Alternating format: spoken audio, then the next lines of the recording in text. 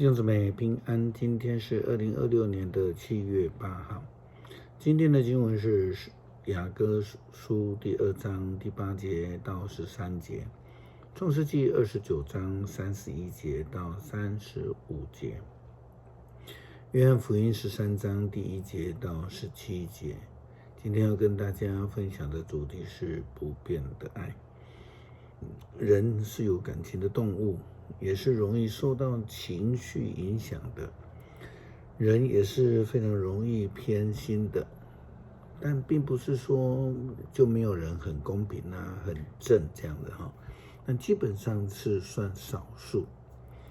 圣经告诉我们，上帝是不偏待人的，但有时候却给人家有一种误解，说上帝是偏心的，好像特别偏爱哪些人。事实上，我们从圣经里面最容易被误解的浪子的故事来看，那个没有要求拿财产的大儿子，却同时获得了父亲所分给他的家业；那被主人虐待驱赶的夏甲以及以实玛利，也得到了上帝赐福的应许。创世纪29章31节到35节记载了雅各的太太利亚，因为不被疼爱，上帝就让她生育，就赐恩给她。上主见利亚不如雷杰受宠，就使利亚能够生育，而雷杰不能生育。利亚怀孕生了一个儿子，她说，上主看见我的苦情，现在丈夫一定会爱我，因此给孩子取名叫吕便。她又怀孕生了第2个儿子，她说，上主又给我这个儿子，因为他听见我不被受宠爱。于是给孩子取名叫西面。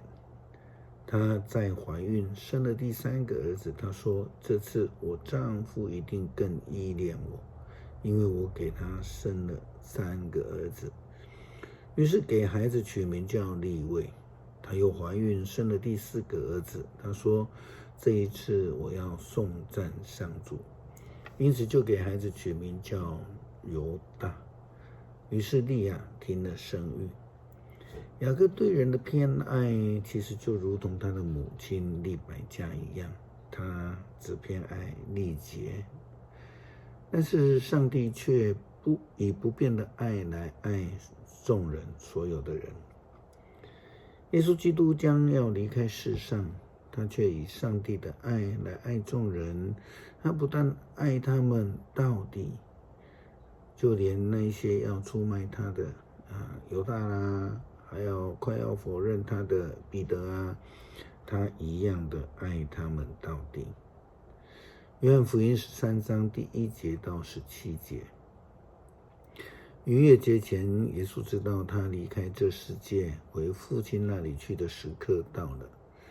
他一向爱上世上属于他自己的人，他始终如一的爱他们。耶稣和他的门徒在吃晚饭的时候，魔鬼已经控制了加略人西门的儿子犹大的心，使他决意出卖耶稣。耶稣知道父亲已经把一切的权力交给他，他知道自己从上帝那里来，又要回到上帝那里去。他从席位上起来，脱了衣服，拿了一条毛巾束在腰间，然后倒水在盆里，开始替门徒们洗脚，又用毛巾擦干。他来到西门彼得跟前的时候，彼得说，主啊，你替我洗脚吗？耶稣回答，我所做的你现在不知道，日后你就会明白。彼得说，我绝不让你洗我的脚。耶稣说，如果我不洗你的脚，你就跟我没有关系的。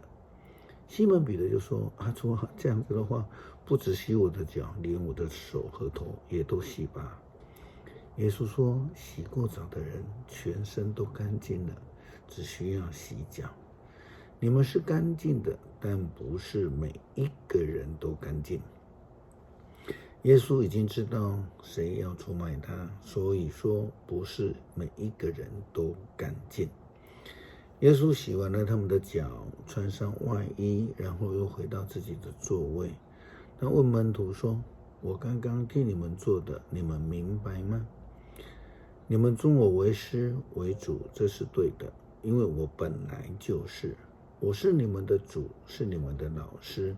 我尚且为你们洗脚，你们也应该彼此洗脚。我为你们立了榜样，是要你们照着我替你们做的去做。我郑重地告诉你们，奴仆不比主人大，奉差遣的也不比差遣的人重要。既然明白这事，你们若能够实行，是多么的有福啊！耶稣基督爱门徒爱到底，甚至还为他们洗脚，立下服事的典范。雅各书第2章第8节到13节，我听见了爱人的声音，他穿山越岭向我奔来。我的爱人像羚羊，像小鹿，他站着在我家的墙边，他从窗口探视，从窗格子往里面窥视。我的爱人向我说话，起来吧，亲爱的，我的美人，跟我一起走吧。你看，冬天过去，雨季已经过了，郊外百花盛开，鸟儿歌唱的时候到了，在田野间已可听到斑鸠的声音，无花果开始成熟了，葡萄树也开花放香。起来吧，亲爱的，我的美人，跟我一起走吧。谢谢上帝赐下大爱，让我们能够领受主的爱，也求主来帮助我们学习彼此相爱，成为主忠心的仆人。祷告奉主耶稣基督圣名求，阿们。